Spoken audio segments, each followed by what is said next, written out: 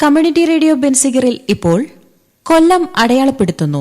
തയ്യാറാക്കി അവതരിപ്പിക്കുന്നത് വല്യശാല രാജു. ആനവാൽ പിടിയും കിഴക്കിൻ്റെ മലയാറ്റൂരും.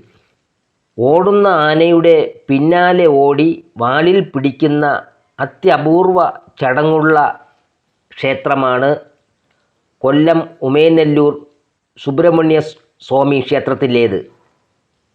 മീനത്തിലെ അശ്വതി നാളിൽ രാവിലെ ശ്രീഭൂത ബലി കഴിഞ്ഞ് തിടമ്പെടുക്കുന്ന ആനയെ ശ്രീകോവിലിന് മുന്നിലെത്തിക്കുന്നു. ഇടച്ചങ്ങല ഇടാതെ ആനയ്ക്ക് നിവേദ്യം കൊടുത്ത് നെൽപ്പാടത്തിന് മധ്യത്ത് നിർത്തുന്നു. തിങ്ങിക്കൂടിയ ഭക്തജനങ്ങൾ സ്തോത്രവും ആർപ്പുവിളികളും മുഴക്കവേ ആന പടിഞ്ഞാറോട്ട് പായും. ക്ഷേത്രത്തിന് പടിഞ്ഞാറ് ഭാഗത്തുള്ള മറ്റപ്പള്ളിക്കാവിൽ എത്തും വരെ ആന ഓട്ടം ഇങ്ങനെ തുടരും. പിന്നാലെ ഓടിച്ചെന്ന് വാൽ തൊട്ട് നിർവൃതിയടയാൻ ഭക്തർ മത്സരിക്കും. ഗണപതിയുടെ കൊമ്പിലും വാലിലും പിടിച്ച് കളിക്കുന്ന സുബ്രഹ്മണ്യൻ്റെ ബാല്യകാല വിനോദങ്ങളെ അനുസ്മരിപ്പിക്കുന്നതാണ് ഉമേനല്ലൂരിലെ ആനവാൽ പിടിയെന്ന അത്യപൂർവമായ ആചാരം. രസകരവും സാഹസികവുമായ ചടങ്ങിൽ പങ്കെടുക്കാനായി വളരെ ദൂരസ്ഥലങ്ങളിൽ നിന്ന് പോലും ഭക്തജനങ്ങൾ ഉമേനല്ലൂരിൽ എത്താറുണ്ട്. മീനമാസത്തിലെ കാർത്തിക നാളിലാണ് ക്ഷേത്രത്തിൻ്റെ ഉത്സവം. എടുപ്പ് കുതിരകളും കെട്ടുകാഴ്ചകളും ഉമേനല്ലൂരിലെ ഈ ഉത്സവത്തിന് മാറ്റുകൂട്ടുന്നു. ഇനി മറ്റൊന്നാണ് കിഴക്കിൻ്റെ മലയാറ്റൂർ.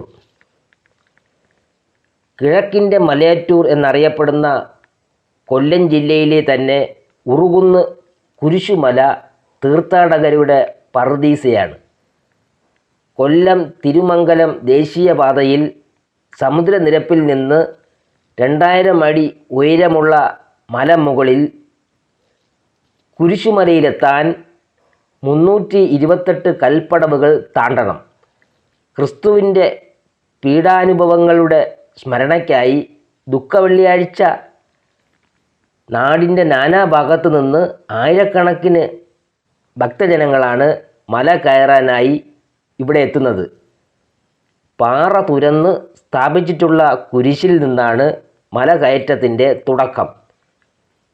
വനാന്തരത്തിലെ വൃക്ഷങ്ങളും നീരുറവകളും മലകയറ്റത്തിൻ്റെ കാഠിന്യം കുറയ്ക്കും. പാറ മുകളിലെ നൂറ്റാണ്ടുകൾ പഴക്കമേറിയ മരക്കുരിശ് ഭാഗികമായി നശിച്ചതിനാൽ 1969 പുതിയ കുരിശ് സ്ഥാപിച്ചു. 1971 310 കിലോഗ്രാം ഭാരവും 16 അടി ഉയരവുമുള്ള കുരിശ് സ്ഥാപിച്ചത്.